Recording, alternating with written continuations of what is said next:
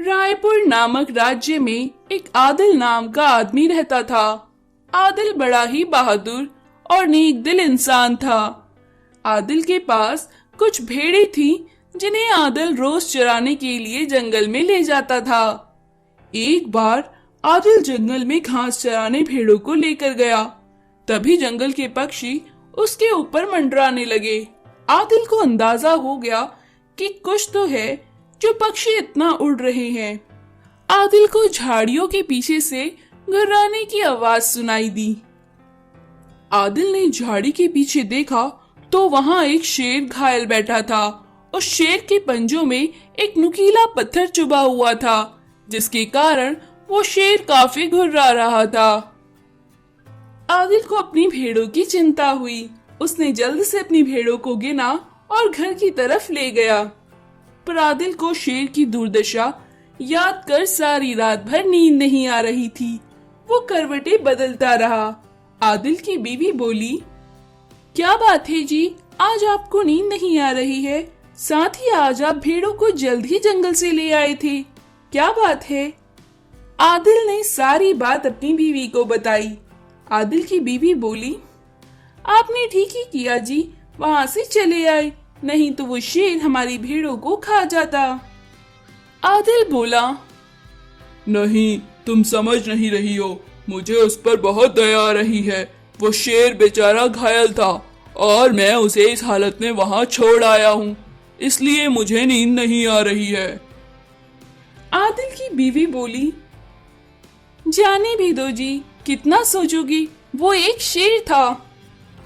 ऐसा कहकर आदिल की बीवी सोने चली गई। पर आदिल को नींद नहीं आ रही थी। आदिल उठा और एक मांस का टुकड़ा लेकर जंगल की तरफ निकल पड़ा। उसने देखा शेर अभी भी वहां पड़ा रो रहा है। आदिल ने मांस का टुकड़ा जो वो शेर के लिए लेकर आया था, उसने वो शेर को दे दिया और फिर उसने उसके पंजों में फंसा नुकीला पत्थर निकाला और शेर की मरहम पट्टी करी। फिर शेर ने घुराना बंद कर दिया और आराम से सो गया। आदिल को भी बहुत चैन आया। उसके बाद आदिल भी शेर के पास से बगल में आराम से सो गया। अगली सुबह जब आदिल उठकर जाने लगा तो शेर उसके पीछे पीछे चलने लगा। आदिल उसे बोला, अरे मेरे प्यारे मित्र, मैं तुम्हें अपने साथ लेकर नहीं जा सकता हूँ। मैं तुम्हें इंसानों के बीच में नहीं रख सकता हूँ, मेरे पीछे ना आओ। पर वो शेर आदिल के पीछे ही चलता रहा। फिर आदिल बोला, ठीक है, साथ आते हो तो आओ, पर मैं तुम्हारे गले में ये पट्टा बांध दूंगा। ऐसा कहकर आदिल ने एक पट्टा शेर के गले में बांध दिया और पट्टे के साथ शेर को वो लेकर जाने लगा। जैसे ही वो नगर में पहुंचा, सारे लोग आदिल को देखकर डरने लगे। उसकी बीवी भी काफी डरने लगी। लेकिन कुछ दिन बाद सारे लोग इस बात के आदी हो गए, आदिल के पास शेर है। ये बात नगर में चारों तरफ फैल गई कि आदिल के पास शेर है जो आदिल का मित्र है। कुछ दिनों बाद राज्य में दुश्मन राजा का हमला हुआ। उनके सैनिकों ने जंगल में अपनी छावनी बना ली।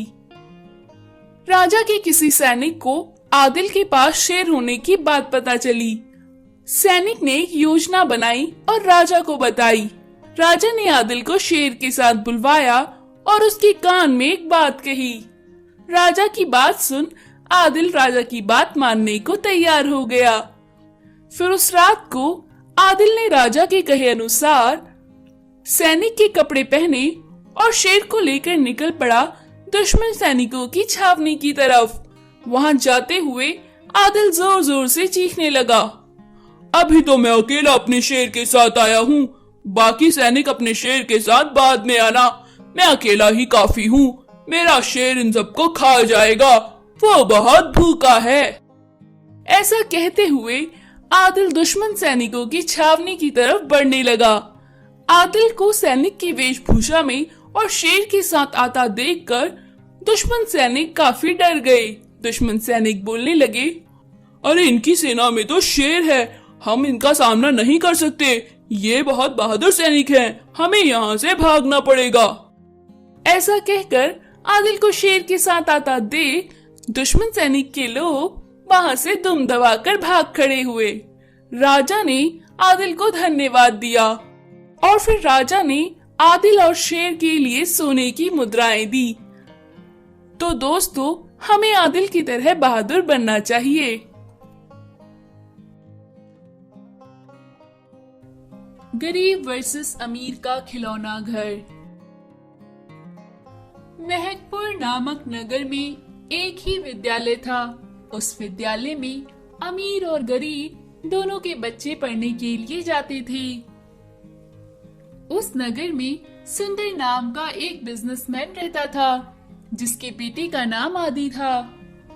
वहीं दूसरी तरफ उस गांव में बंटू नाम का एक मिस्त्री रहता था। उसके बेटे का नाम कमल था। कमल और आदि एक ही विद्यालय में जाते थे। दोनों एक बहुत अच्छे दोस्त थे। आदि के पिताजी अमीर होने के कारण वो उसके लिए एक मिनी खिलौना घर कोरियर करवाए। एक बार कमल, आदि और आदि का एक फ्रेंड अमित तीनों खड़े थे। तभी वहां कोरियर आया। वो कोरियर एक बड़ा सा बक्सा था। अमित बोला, आदि, ये कोरियर तुम्हारे नाम का है। आखिर इस बड़े से बक्से में क्या है? हम तो इसे उठा भी नहीं सकते। आदि बोला, अरे कोई बात नहीं, मेरा दोस्त कमल है ना, वो भारी चीजों को आसानी से उठा लेता है। वो इसे उठाकर हमारे घर में रख देगा। क्यों कमल, तुम इसे उठाकर हमारे घर ले जाओगी ना? कमल बोला, हाँ हाँ, क्यों नहीं आदि, तुम मेरे सबसे प्यारे दोस्त हो। ऐसा कहकर कमल ने वो कोरियर का बक्सा अपने सर पर रखा और उसे आदि के घर ले गया। उन तीनों ने उस बक्से को मिलकर खोला तो उसमें देखा एक मिनी खिलौना घर था। उस मिनी खिलौना घर को देखकर आदि, अमित और कमल तीनों बहुत खुश हुए। अमित बोला, आदि, तेरा ये दोस्त कमल इतना खुश क्यों हो रहा है? इसे बोल कि हम इसको अपने साथ नहीं खिलाएंगे। अगर ये हमारे साथ खेलेगा तो हम तेरे साथ नहीं खेलेंगे। मैं बाकी दोस्तों को भी बोल दूंगा कि वो आदि के साथ ना खेले। आदि बोला, अरे ऐसी बात नहीं है, मेरा दोस्त कमल नहीं खेलेगा तुम्हारे साथ। क्यों कमल, तुम हमारे साथ नहीं खेलोगी ना? कमल बोला, पर आखिर हुआ क्या है? मैंने क्या किया है? अमित बोला, देखो, तुम गरीब हो, मैं तुम्हारे साथ नहीं खेलने वाला। और अगर आदि भी तुम्हारे साथ खेलेगा, मैं बाकी दोस्तों को बता दूंगा कि आदि गरीब लोगों के साथ खेलता है। कमल उदास होकर अपने घर चला गया। कमल उदास बैठा था, तभी उसके दिमाग में मिट्टी को देखकर एक आइडिया आया। उसने मिट्टी को घोलकर एक 3 फ्लोर का मिनी हाउस तैयार कर दिया।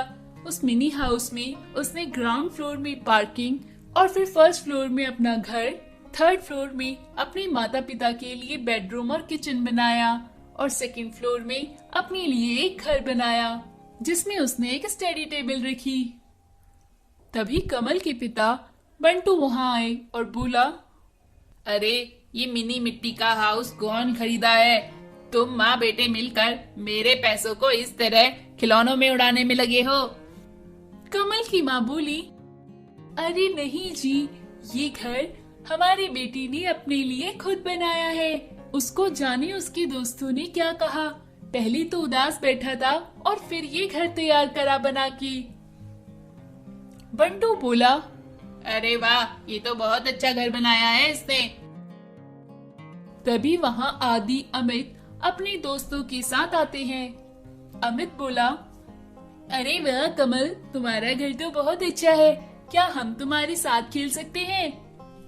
कमल बोला, देखो आदि, अगर तुम मेरे साथ खेलोगे तो अमित बुरा मान जाएगा और फिर तुम्हारे बाकी दोस्त तुम्हारे साथ नहीं खेलेंगे क्योंकि मैं गरीब हूँ ना।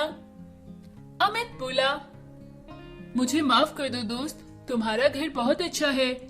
तुम्हारा ये मिनी घर, क्या मैं इसके साथ खेल सकता हूँ?